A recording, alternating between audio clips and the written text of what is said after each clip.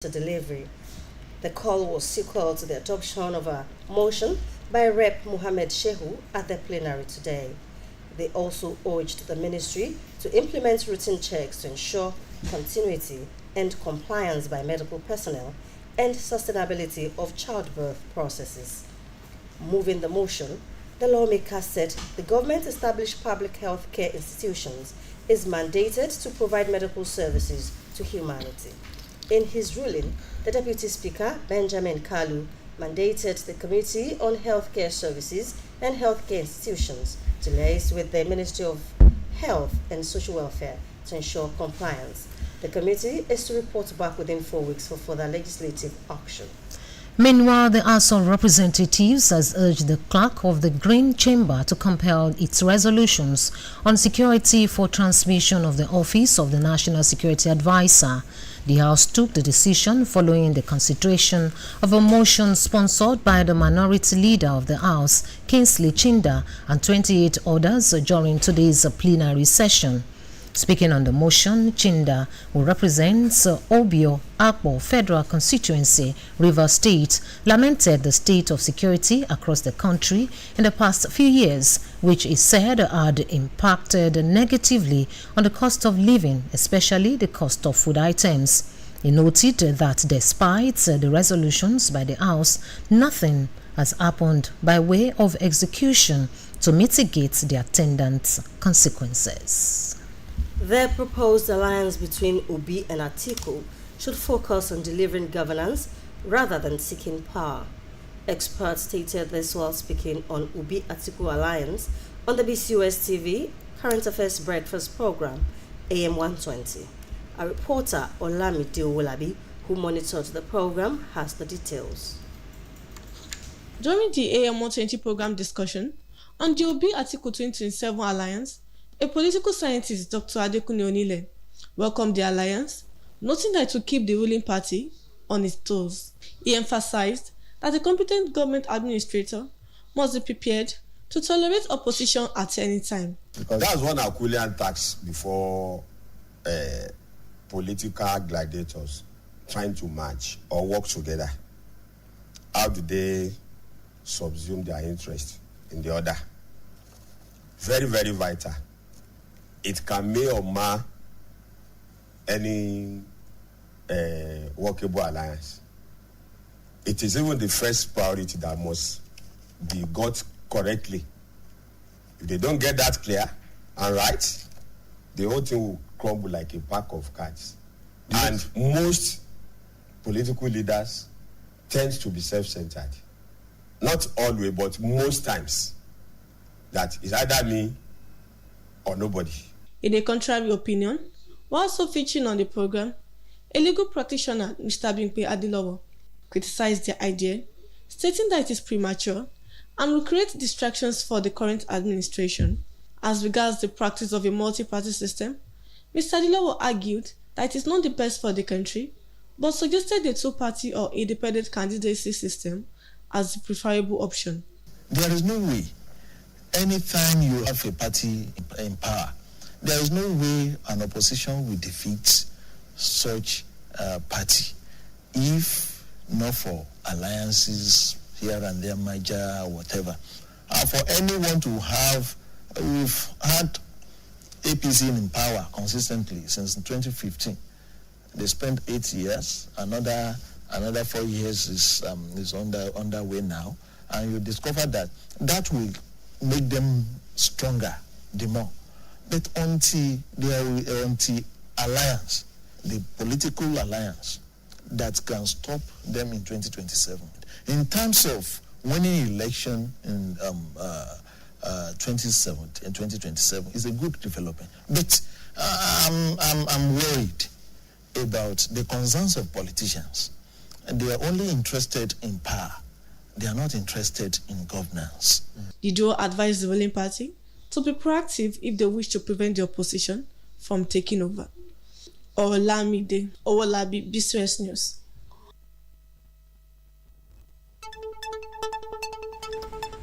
The Oyo State government will continue to be transparent and accountable in the management of public resources with a view to achieving the best for the best. The State Deputy Governor, Barrister Bayo Lawal, stated this while overseeing a sensitization meeting organized by the Oyo State Project Performance Monitoring Agency. Staff reporter Adebayo Abdurofi was at the State House of Chiefs, Secretariat Ibadan. If I was into details. The Oyo State Project Performance Monitoring Agency was established consequent upon a bill signed by Governor Seyi Makinde on the 9th day of May 2024, addressing stakeholders including commissioners, chairmen, and representatives of departments and agencies. The State Deputy Governor, Barrister Bayo Lawal, said the agency was established to further enhance transparency and accountability in service delivery. He stressed that the agency will safeguard situations whereby projects awarded and funded are executed to specifications, even at the expiration of tenure. He stressed that the agency will ensure that projects awarded and funded are executed to specifications, even at the expiration of tenure of a particular administration. The Deputy Governor maintained that the agency will complement the functions of the Due Process Office and the House of Assembly oversight in guaranteeing quality project execution. No contractor takes a job in a real estate without passing through some of the checks that have been put together by the Office of the Due Process, the Ministry of Trade, even with the Office of the Attorney General. So I'm encouraging you, the chairman, to really look into all of this and put them together in one stock workshop that even when we have the layers of bureaucracy, the contractors will not be subjected to mental hardship in doing business with the state government. The pioneer chairman, Oyo State Project Performance Monitoring Agency, Engineer Muftau Opun Salau, in his remarks explained that the meeting was the first phase of engagements with the stakeholders to highlight areas of collaboration at achieving service delivery. It disclosed that the agency, which is directly under the supervision of the governor, will provide adequate monitoring for projects, contractors, and consultants to ensure that terms and references are followed to the letter. To be successful, it ought to be carefully planned, scheduled, and monitored throughout the lifespan of projects. In project delivery, the planning is as important as the execution. And you will agree with me that government comes, government goes. But it is the intent of the executors of this project to see that this project is successful and is sustained. And that's one of our main functions. The State Head of Service, Mrs. Olubunmi Oni, in her remarks, enjoined civil servants to give maximum cooperation to the agency for effectiveness and efficiency.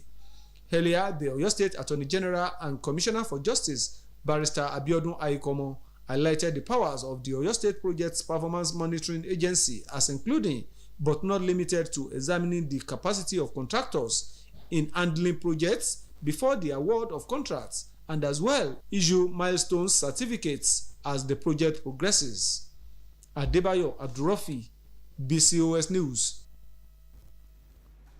Meanwhile, the Oyo State House of Assembly has restated its commitments towards providing necessary atmosphere for the executive arm in the pursuit of a secured environment in the state.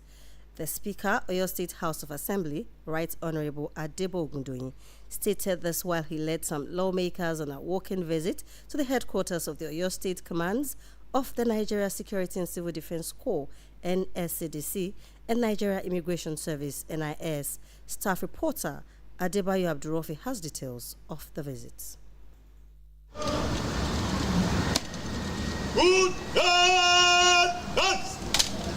At the Agodi headquarters of Nigeria Security and Civil Defense Corps, NSCDC, the state lawmakers, led by the Speaker, Right Honorable Adebo Ogundoyin, were received by Commandant Augustine Padonu after the Speaker's inspection of a guard mounted in his honor.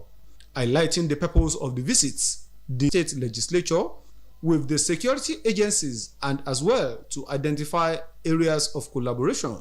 The Speaker of Oyo State House of Assembly, Right Honorable Adebo Ogundoyin, in his remarks expressed appreciation of the government of Oyo State to the security agencies for maintenance of law and order across the state, while noting that the primary objective of government is protection of lives and property of the people. Right Honorable Ogundoyin encouraged the security agencies to continue to intensify efforts at securing the state. The Speaker, who sought the collaboration of NSCDC in tackling illegal mining, particularly tasked Agro-Ranger unit of the NSCDC to further ensure a symbiotic relationship between herders and farmers with a view to guaranteeing food security. He further encouraged NSCDC to engage with communities for proper sensitization on how to arrest crimes before they are committed. Because most of these illegal miners, when they come into the states, we are not even aware. I don't know if you are aware as well, but they send a sort of signal from the Ministry of Mining to the states to ensure that we can monitor and oversight the functions and the jobs that they are doing in all these illegal miners. Are you aware of these things? Or you two are just investigating these things as well? And what are the machineries that you've put in place to ensure that you can monitor and oversight the activities of both legal miners and deter illegal miners? The State Corps Commandant, Augustine Padonu, who had served in 9 different states before resuming in Oyo State, lauded the disposition of the state governor, Engineer Seyi Makinde, towards supporting the security agencies in performing their duties. At the State Command Headquarters of Nigeria Immigration Service, Right Honorable Adebo Ogundoyin commended the tremendous improvements witnessed in the service delivery by the service. The Controller of Immigration, Oyo State Command, A.K. Ademola, who was represented by Deputy Controller, Human Resources, Olushola Odeshola, received the state legislators. Adebayo Abdurafi, BCOS News. This broadcast of Newscope comes to you from the Broadcasting Corporation of Oyo State, Ibadan. The Speaker of the Cross River State House of Assembly, Right Honorable Elvet Ayambe, has been impeached. The Speaker was dismissed today by 17 members of the House over allegations of misappropriation of funds. Recall that Honorable Ayambe was elected Speaker of the 10th Cross River State House of Assembly in June 2023. The impeachment motion was moved by Honorable Effium Ikarika of Calabar South 1 constituency and seconded by Honorable Omang Charles representing Bakwara State constituency. Meanwhile, the embattled Speaker of the Cross River State House of Assembly, Elvat Ayambem, has declared that he remains the head of the Assembly. He said this following his impeachment by members who earlier signed a notice of impeachment served him. The Speaker further declared the process null and void. In a statement by his Chief Press Secretary, Matthew Okachi, today, while he alleged that Akarika, who moved the motion of his impeachment, disrupted the session by inviting hoodlums to enter the chamber. The embattled, however, said he is unconcerned about the impeachment and determined to elevate the Assembly and supports Governor Basio II's administration. President Bola Tinubu has approved the appointment of Assistant Corps Marshal Mohammed Shehu as the Corps Marshal and Chief Executive Officer of the Federal Road Safety Commission, FRSC. Director, Information and Public Relations in the Office of the Secretary to the Government of the Federation, disclosed this in a statement today in Abuja. He said the appointment is for an initial period of 4 years with effect from 20th May 2024 in accordance with the relevant provisions of the Act establishing the Commission. The new Corps Marshal, FRSC, has been tasked to bring his wealth of experience to bear in his new assignment. The Executive Director, CEO of National Film and Video Censors Board, NFVCB, Dr. Shuaibu Husseini, says the federal government has approved the prohibition of money rituals and glamorizing of vices in Nigerian films. He disclosed this today at a national stakeholders engagement on Smoke-Free Nollywood held in Enugu. Dr. Hussaini said the sensitization program was to educate stakeholders on the danger inherent in consummation of smoking in Nigerian movies. According to him, besides the health implications, glamorizing smoking in films poses a negative influence on teens and young adults who constitute the largest segment of Nigeria movie viewers. He noted that the board was set to undertake detailed enlightenment programs in secondary schools, tertiary institutions, local communities, faith groups, and other institutions. And on the foreign scene, Chadian Prime Minister Success Masra has said today that he had handed in his resignation just over 2 weeks after his defeat to junta chief Idris Deby in presidential elections. According to final results, Deby won the May 6 presidential vote with 61% of the ballot and is due to be sworn in at an investiture ceremony tomorrow in the capital, N'Djamena. He added that the vote was also in accordance with the constitution. He was proclaimed transitioners had been shot dead by rebels after 30 years in power. Masra, also aged 40 and once a fierce Deby opponent before becoming prime minister 4 months ago, won 18.5% of the vote but contested. For late President Ibrahim Raisi and his entourage, who died in a helicopter crash.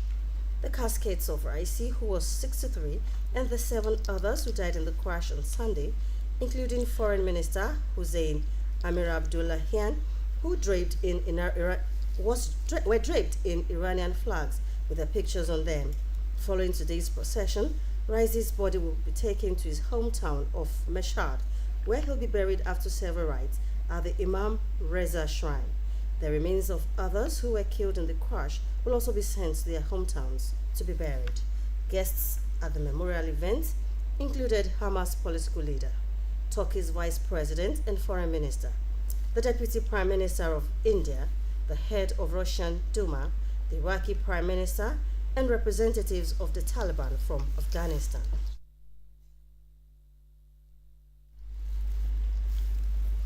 To end this edition of Newscope, here again are the main points. The House of Representatives has urged the Federal Ministry of Health and Social Welfare to mandate public healthcare institutions to provide free medical treatment for pregnant women during and after delivery.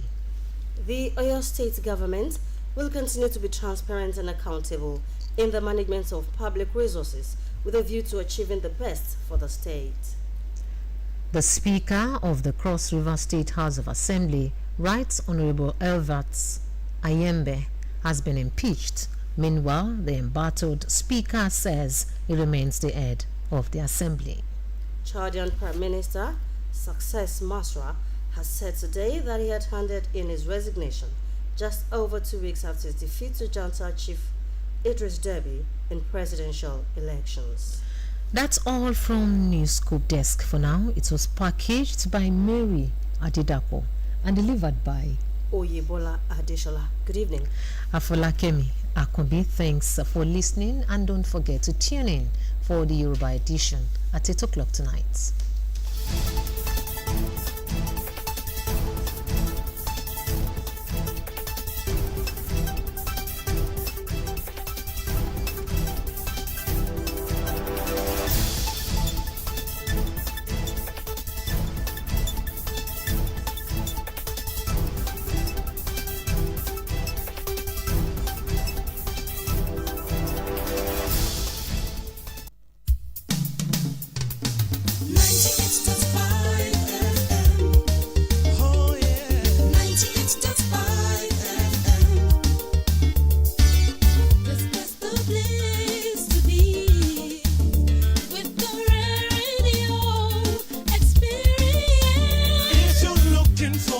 best in news, sports and entertainment. We got everything you need and so much more, yeah. 98.5 FM.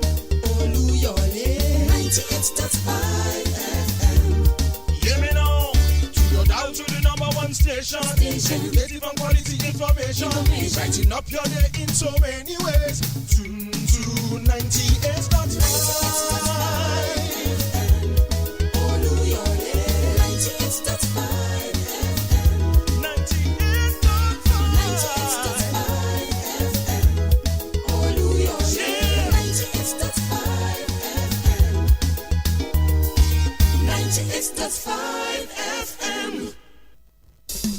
Olúyọ̀lé FM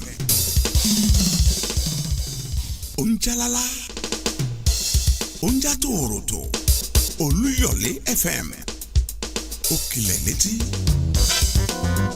Olúyọ̀lé FM ó báradọ́gba kìírin sìn bí ọmọ àwélé ó já gàràgà ní fara olùkọ́yìn tètò tó ń ti ròyìn ní yògbà